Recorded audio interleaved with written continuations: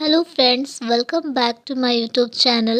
Today we are going to start southern blotting. तो आज हम पढ़ेंगे southern blotting. Okay, so it is very important process. बहुत ही important process है. Genetic engineering में बहुत इसका यूज़ है, एप्लीकेशन है. सो सदर्न ब्लॉटिंग एक ऐसी प्रोसेस है जिसमें हम क्या कर रहे हैं, डीएनए के प्रिंट्स ले रहे हैं, डीएनए के छाप लेते हैं. अब सब में क्या है, एवरी ऑर्गेनिज्म, हर प्राणी में जो डीएनए है वो अलग अलग है. ठीक है, तभी डीएनए फिंगरप्रिंटिंग बहुत जगह यूज़ हो रही है फॉर सिक्योरिटी. ठीक है, तो डीएनए सदर्न ब्लॉटिंग का यूज़ जेनेटिक इंजीनियरिंग में बहुत है. फॉरेंसिक साइंस में हम सदर्न ब्लॉटिंग को बहुत ज़्यादा यूज़ करते हैं. क्रिमिनल को पहचानने के लिए सैंपल डीएनए से मैच करा जाता है. ओके, सो अभी यहाँ पर देखते हैं क्या डेफिनेशन दी है. It is the method of taking prints of DNA on nitrocellulose paper. So यह एक मेथड, एक तरीका, एक प्रोसेस है जिसके द्वारा हम क्या कर रहे हैं, taking prints of DNA, DNA की छाप ले रहे हैं. क्योंकि डीएनए का पैटर्न जो है वो सभी प्राणियों में अलग अलग है. देखिए, हमारा टोटल जो डीएनए है वो 99% सब में सेम होता है, बट 1% डीएनए क्या है वो डिफरेंट है. सिर्फ 1% डीएनए जो है वो भिन्न है सब प्राणियों में, नहीं बाकी टोटल डीएनए सेम होता है. ठीक है, सो पैटर्न को देखने के लिए यहाँ पर सदर्न ब्लॉटिंग का यूज़ करते हैं, उसके छाप लेते हैं. फिर ऑटो रेडियोग्राफी करके हम क्या करते हैं, पैटर्न देखते हैं. तो इसका बहुत अभी यूज़ है, पेरेंटल डायग्नोसिस में यूज़ है. Okay, so simply southern blotting क्या है, नाइट्रोसेलुलोज पेपर में, नाइट्रोसेलुलोज पेपर होता है एक टाइप का पेपर जिसमें हम क्या करते हैं, सदर्न डीएनए के प्रिंट्स लेते हैं. ओके, अब यहाँ पर देखिए इसके एप्लीकेशन की बात करते हैं, सदर्न ब्लॉटिंग के एप्लीकेशन. सो एप्लीकेशंस क्या हैं, southern blotting are used for gene discovery, gene की डिस्कवरी करने में भी हेल्प करता है, जीन मैपिंग में भी हेल्प करता है, एवोल्यूशन, डायग्नोस्टिक, किसी बीमारी को डायग्नोस करने के लिए, फॉरेंसिक साइंस में, क्रिमिनल केसेस में बहुत ज़्यादा यूज़ है. सो चलिए अब देखते हैं मैथड, सदर्न ब्लॉटिंग कैसे की जाती है, स्टेप वाइज देखेंगे, बहुत अच्छे से समझिएगा, समझ में आएगा. तो फर्स्ट स्टेप क्या होता है कि हमको अपना सैंपल डीएनए लेना है. जिस डीएनए को जिस डीएनए का प्रिंट लेना है, जिस डीएनए का छाप लेनी है नाइट्रोसेलुलोज पेपर पर, उस डीएनए को हमें लेना है. सो पर्सन के जीनोम लेंगे और उसको रेस्ट्रिक्शन एंडोन्यूक्लियस एंजाइम के थ्रू कट कराएंगे. ठीक है, फ्रेगमेंटेशन, तो पहली प्रोसेस क्या होती है, फ्रेगमेंटेशन, जिसमें हम क्या कर रहे हैं, रेस्ट्रिक्शन एंडोन्यूक्लियस एंजाइम यूज़ कर रहे हैं. जो आपका रेस्ट्रिक्शन एंडोन्यूक्लियस एंजाइम है ना, वो क्या है, एक मॉलिक्यूलर सीजर है, एक मॉलिक्यूलर सीजर की तरह काम करता है, जो कि स्पेसिफिक साइट्स पर ही कट करता है. ओके, वो रेस्ट्रिक्ट होता है, मतलब बाधित होता है कि वो स्पेसिफिक साइट्स पर ही कट करेगा. आप लोगों ने इसको पढ़ा होगा. अब देखिए सेकेंड स्टेप्स में क्या, देखिए हमें यहाँ पर क्या मिल गया, डीएनए के फ्रेगमेंट्स मिल गए, छोटे छोटे टुकड़ों में डीएनए हमें मिल गया. अब क्या करेंगे, डीएनए का सेपरेशन करेंगे, सेपरेट करेंगे डीएनए के फ्रेगमेंट्स को. तो सेपरेशन के लिए हम क्या करते हैं, इलेक्ट्रोफोरेसिस प्रोसेस को यूज़ करते हैं. ठीक है, तो सेकेंड स्टेप में क्या है, हम इलेक्ट्रोफोरेसिस करें. फर्स्ट स्टेप क्या था, फ्रेगमेंटेशन था. ठीक है, तो जेल इलेक्ट्रोफोरेसिस, अगर रोज जेल यूज़ करते हैं इलेक्ट्रोफोरेसिस में. अब यहाँ पर क्या होता है, लॉन्ग फ्रेगमेंट्स में और शॉर्ट फ्रेगमेंट्स में डीएनए सेपरेट हो जाता है. ओके, देन उसके बाद है third step, alkali treatment. Alkali treatment करते हैं, अल्कलाइन का, कुछ अल्कलाइंस का यूज़ करके हम क्या करते हैं, डीएनए के स्ट्रैंड्स जो है, क्योंकि डीएनए क्या है, डबल स्टैंडर्ड है, डीएस डीएनए बोलते हैं ना, डबल स्टैंडर्ड डीएनए. तो डबल स्टैंडर्ड डीएनए को हम सिंगल स्टैंडर्ड डीएनए में ट्रांसफॉर्म कर देते हैं, बदल देते हैं. वो कैसे कर रहे हैं, अल्काली ट्रीटमेंट के थ्रू. नाउ अब देखिए कि अल्काली ट्रीटमेंट के थ्रू क्या है, डीएनए जो है, डीएनए के स्टैंड सेपरेट हो गए, सिंगल स्टैंडर्ड डीएनए फ्रैगमेंट्स हमें मिल गए.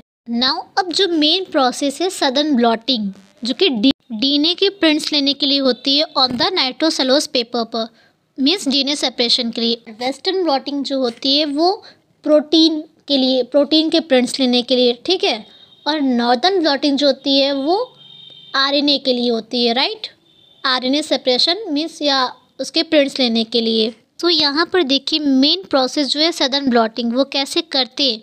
सो सबसे पहले क्या होता है, हम सदर्न ब्लॉटिंग के लिए buffer soak filter paper use करेंगे, और नाइट्रोसेलुलोज पेपर तो यूज़ होता ही है, वो तो मेन है. ड्राई फिल्टर पेपर स्टैक ये, और जेल विथ डीनेचर डीएनए, ये सारी चीज़ें यूज़ होती हैं, राइट। तो सपोज़ कीजिए सदर्न ब्लॉटिंग बॉक्स है, उसमें सबसे नीचे पे क्या है, बफर सोक्ड फिल्टर पेपर है। तो बफर सोक्ड फिल्टर पेपर का काम क्या होगा, वो जितना भी जल होगा, जितना भी एक्स्ट्रा जल होगा उसको सोक कर लेगा, और उसके ऊपर क्या हम रखते हैं, उसके ऊपर जेल विद डीनेचर डीएनए, मतलब जो इलेक्ट्रोफोरेसिस के थ्रू हमने जेल ऑब्टेन किया था, जिसमें हमारे डीएनए फ्रेगमेंट्स हैं, जिसमें हमारे सेपरेटेड डीएनए फ्रेगमेंट्स हैं, जो कि इलेक्ट्रोफोरेसिस में क्या होता है, अकॉर्डिंग टू द साइज और डेंसिटी के अकॉर्डिंग क्या होते हैं, सेपरेट होते हैं डीएनए के स्ट्रैंड्स फ्रेगमेंट्स। तो यहाँ पर वही सेम जेल यूज़ किया गया है, राइट।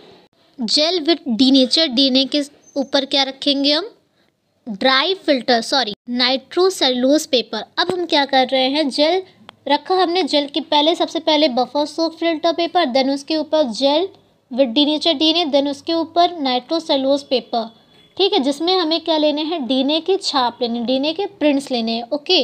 देन उसके ऊपर ड्राई फिल्टर पेपर स्टैक रख देंगे, ठीक है। ये फिल्टर पेपर स्टैक मतलब कि बहुत सारे पेपर फिल्टर पेपर जो होंगे एक साथ रखा जाएगा, ताकि एक प्रेशर क्रिएट हो और जो डीएनए के फ्रेगमेंट्स हैं ऑन द जेल में, जो जेल में प्रेजेंट है, वो आसानी से उसके जो प्रिंट्स है, छाप है, वो आसानी से छप जाएं, किस पर, नाइट्रोसेलुलोज पेपर पर, ओके। तो इसे कहते हैं southern blotting. So Southern blotting क्या है, ट्रांसफ़र ऑफ डीएनए फ्रेगमेंट्स का ट्रांसफ़र होना from gel, means agarose gel से ऑन द नाइट्रोसेलुलोज पेपर पर डीएनए के प्रिंट्स लेना, डीएनए की छाप लेना, जो कि हमें बहुत बेनिफिशियल है फॉरेंसिक साइंस में, डायग्नोस्टिक में, जीन मैपिंग में, जीन डिस्कवरी में, पेरेंटल डायग्नोसिस में, ओके। नाउ अब क्या है, देखिए नाइट्रोसेलुलोज फिल्टर पेपर पे क्या है, डीएनए के प्रिंट्स आ चुके हैं। अब यहाँ पर हम क्या करेंगे, हाइब्रिडाइजेशन, जो कि हमारा 5th स्टेप है, hybridisation with single standard radioactive probes. So radioactive probes क्या होते हैं, ये सिंगल स्टैंडर्ड डीएनए या आरएनए होते हैं, जो कि रेडियो एक्टिव आइसोटोप से बाइंड होते हैं।